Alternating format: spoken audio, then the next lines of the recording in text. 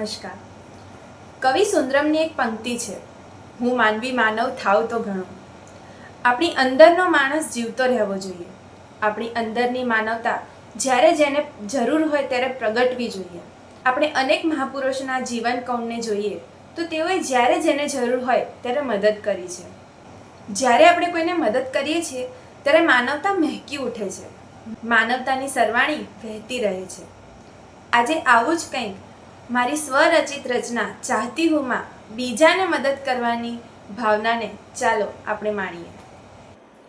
क्या करूँगी नहीं जानती, कैसे करूँगी नहीं जानती, जिंदगी के हर एक मोड़ को एक नए अंदाज से जीना चाहती हूँ. जैसे एक खुली किताब का पन्ना पलटे और एक नई चीज़ खोजना चाहती हूँ.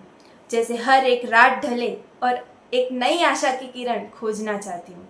खुशी होगी या गम नहीं जानती, जिंदगी जीने का तरीका नहीं जानती, जानती हूँ तो बस इतना कि जिंदगी को एक बहती हुई नदी बनाना चाहती हूँ, जिसमें बहते हुए मैं एक बेहतर इंसान बनना चाहती हूँ.